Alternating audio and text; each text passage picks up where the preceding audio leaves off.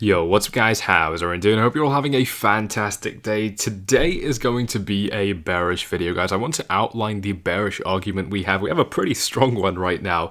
And just to very quickly recap what's happened, I know I didn't make many videos in this range because it's been very hard to actually pin down what's happening. A lot of traders in the space being taken back by how quick this sell-off has been. I mean, we look at volume and we're starting to see this volume come in now. It's to be expected. We're down in the $3,000 range. Guys, if you've been watching for a couple of months, I've been saying the same things over and over, where if we do see the $6,000 level break, the $5,000 region is not going to hold us, nor is the $4,000 level. We're most likely going to see $3,000 and $4,000 levels. That's what I always kept on saying. What I did leave out, though, is that I also thought the $2,000 region was a possibility. The reason I didn't say that is because we were just too far away. But now that we are much closer to the $2,000 range, I want to give you guys some of my thoughts on this. And really, the big deal about this video is going to revolve around what's not happening on this chart. It is going to revolve around what is happening in the real world with the stock market, with different things like that, because people aren't talking about this. But, well, we'll get into that in just a second. Real quick, it's been a straight sell-off. RSI still heavily oversold, way below our 30 mark. You guys have heard me talk about this now for a while. Every single time I've mentioned the RSI, what I've also said is that it is not an indication that we're going to go higher. When we're in a bear market like this and the RSI is oversold, the only thing it's telling us is that the selling pressure is high. It is the relative strength index. It's telling us that the strength of this trend being so low is extremely high. Because the RSI reading is so low, it's telling us that the bearish strength is extremely high. And so really, until this starts to correct upwards, all we know is that the bearish momentum is strong. And, as Alessio says, as a lot of other traders always say, you don't want to fight that momentum. You're going to get wrecked. And so that's what we've been seeing going on lately. We've tried to find support in the $4,000 range. That failed. We tried to find support at $3,500. That failed. And it looks like we're going to test the low 3,000s. And really, when we go below there, it's going to look like we're going to enter the $2,000 region. And I never really had a prediction, right? I never had a prediction for how low prices can go, because that's not my business, right? Well, what I do is I trade, right? I'm not trying to invest. I'm not trying to call bottoms. But I do have one now. I have a rough idea, and it is between $1,000 and $1,900. It's a pretty big range. It's a $900 range, and down at that price level, it's a pretty big percentage of movement as well. But I'm going to get into why, and really the big deal with this is that up until 2017, Bitcoin's bull markets, right, Bitcoin's interest from investors and different things like that, has not come from banks. It hasn't come from institutions. It's come from smaller people like you and I. Even going into the middle upper class kind of traders and all that, if you can define them like that. It's come from the top end of players as well, but not hugely. I mean, you get a couple people like the Winklevoss brothers or whatever, but up until 2017, it hasn't been the big like corporate high-rise buildings that have been looking at this, if you know what I mean. And that's changing now. All right, that is changing now. And so right at the end of the bull market, right when we hit that $20,000 top, you guys remember it quite well, we had SIBO come in, we had CME come in. They were trading futures on BTC, and what they did straight away, we already know, they just shorted it. Right at the beginning, they shorted it. But my point is, up until 2017, all of these bull markets have been fueled by, I guess you could say, risking sounding American now, mom and pop, sort of pop, I don't know how you say that, small families, right? I mean, just smaller players investing. But in order to get the next bull run, right, it's going to take a lot more than that, because we have to bear in mind this thing is exponential, right? When we're talking about a bull run, when we're talking about parabolas, these things happen on exponential terms. And so going from, say, $10 billion market cap to $67 billion market cap is a lot easier than going from $67 billion to $670 billion, right? Because, it's a 6x gain. going from 10 billion to 67 billion is a $57 billion gain in market cap, whereas from here to, even the trillions, we're talking about a much higher, amount of money that needs to be pumped in. And that is not going to come from the smaller players anymore. That is only going to come from the institutions. And so the idea here is, if we want to see another bull run, we have to think about, where is that money going to come from? And most clearly, it is going to come from now the bigger players, right? The ones with the very deep pockets, the ones who the ignorant players in this space will always abuse and insult and different things like that. Just typical things that you see all the time. And first and foremost, I've mentioned this a couple videos ago, that is going to come from the people who are investing in stocks like Apple, all right? That is going to come from the people who are investing in tech stocks in the real world, because obviously, we're talking about things like Silicon Valley. These are the people that they understand tech, right? They're not the very old generation, right? I mean, some of them still do, but is it any coincidence that the older you get in terms of who you look at, the more resistance there is to BTC? It's not a coincidence. And so we're going to see these younger players coming in, and young can mean like anything below 60. And these are the people that are going to be taking speculative investments in BTC. But, and this is the important thing, when we've got stocks like this falling, confidence goes down, right? You start to dial down your risk exposure. You start to limit your risk. You start to go from risk on assets to risk off assets. And if investors in the tech space are losing money, their risk tolerance will decrease, right? They're not going to be willing to take much risk. And if we really look at it, quite subjectively now, Bitcoin started up in 2009. All right, 2009 is when it started trading. It wasn't even trading back then. It was just like a geek thing, right? No one cared. But that's when it started out. And that is when the previous economy, the world economy market cycle ended, right? Let's take a look at NASDAQ. This is a very macro video. You guys know I don't do this very often, but when I do, it's pretty important.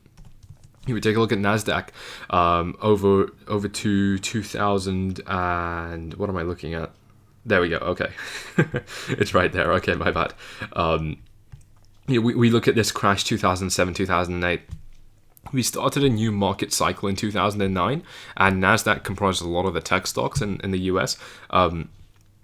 Starting 2009, this is when the bull run started. Obviously, it was sideways until the 2010s, but from there onwards, and for Bitcoin from there onwards as well, it did extremely well, right, within the bull market of the tech space. But when we've got people calling for the beginning of the end, right, the bubble pop coming for the stock market, the real estate markets, everything like that, first of all, you all know my opinion on that. Because people are calling for it, we're not going to get it yet, because it has to give off this feeling of impossibility. It has to feel impossible for these stocks to fall, and the only way for that to happen is if they continue to defy expectations and rise higher when people say they're going to fall. That's going to have to happen over and over and over, just like it did with Bitcoin. Once we passed $6,000 last year, that idea of Bitcoin crashing went out of the window, right? The China FUD was the last time we had any real FUD around October, and then we forgot about it, and it was straight euphoria. The stock market is not at that level yet, and that's why I don't think it's ready to crash. But there is a very high chance that I'm wrong, because I don't study these markets. And if I am wrong, and we are ready to start a bear market within the stock market, within the real estate market, within the bonds, within everything, you're already seeing where this is going. Tolerance for risk is going to decrease dramatically. And when we need the big money coming in to save Bitcoin, to send us on the next bull run, to do X, Y, Z, and we assume that, okay, we haven't even started a bear market yet. Let's think about how long that bear market could last. Well, 2008 to 2009 was 2 years. Let's say 3. Assuming that it went on for the entirety of 2009 as well. Let's say it's going to take 3 years, all right, for the next bear market to begin and end.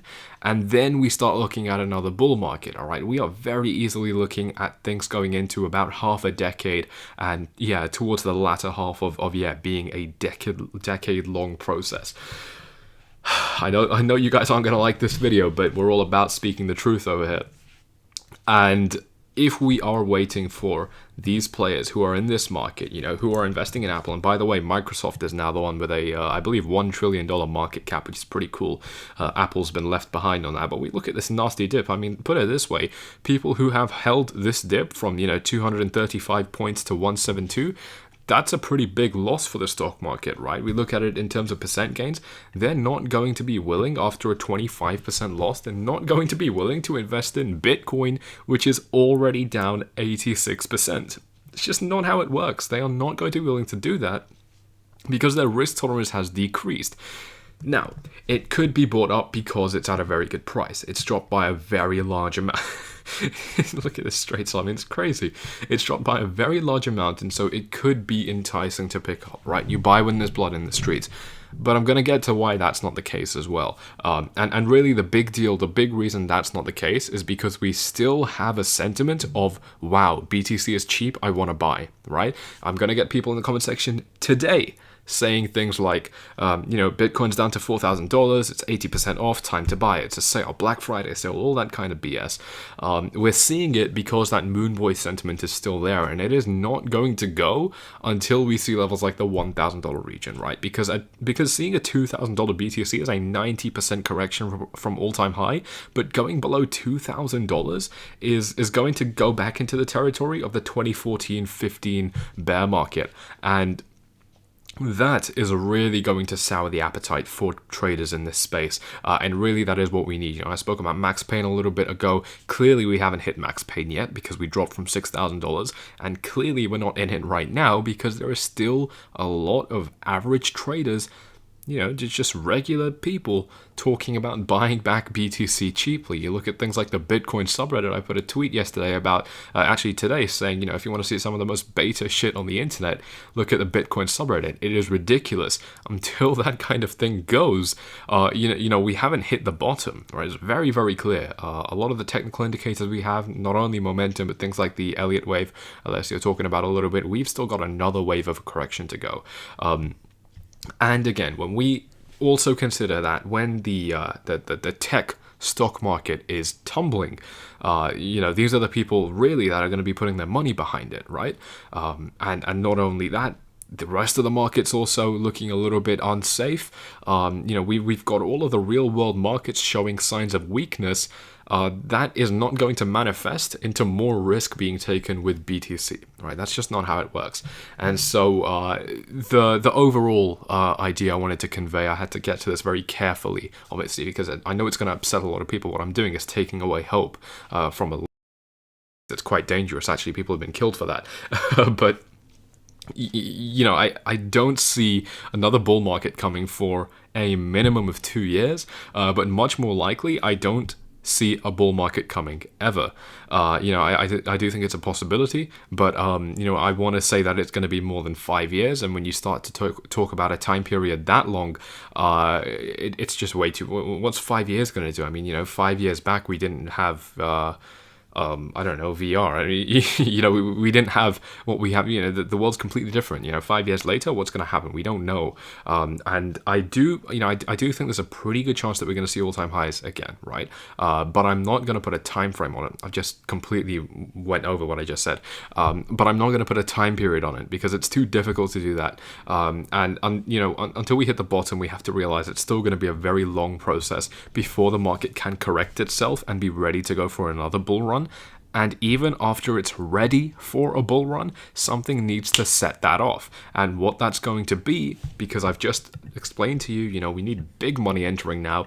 What that's going to mean, what that's going to require is the sourness of the tech market, the stock market crash. We need that sourness to dissipate so people are ready to increase their risk again. And then we need the stock market to start rallying a little bit for that confidence to go high. Because guys, bear in mind, once that sourness goes, they're not going to be like, okay, well, I'm not sore about losing all of that money. I'm ready to go into Bitcoin now. That's not how it works, because Bitcoin is still going to be, wow, it's that thing that went from $20,000 down to $1,000. I'm not touching that. So it has to be, we need to get a lot of greed in the space. We need to get a lot of people feeling really happy with their stocks and then being like, what, there's that Bitcoin thing that, did that thing a couple years ago. That looks like something that could rise on much higher. Now, I don't think it's going to completely die. And this is actually why I showed you the NASDAQ chart as well. This is what I visualized for Bitcoin. I mentioned this only one time in the past, and I didn't bring it up again because I know it's going to upset a lot of people. But it is that sort of after It's bubble pop. In fact, I want to look at 2001, but I can't do that on this one. Let me see if I can find another version of this real quick. Was it even the Nasdaq? I can't remember actually. Yeah, it was the Nasdaq. It might have been the S&P 500. By the way, there was the dot-com bubble around 2001.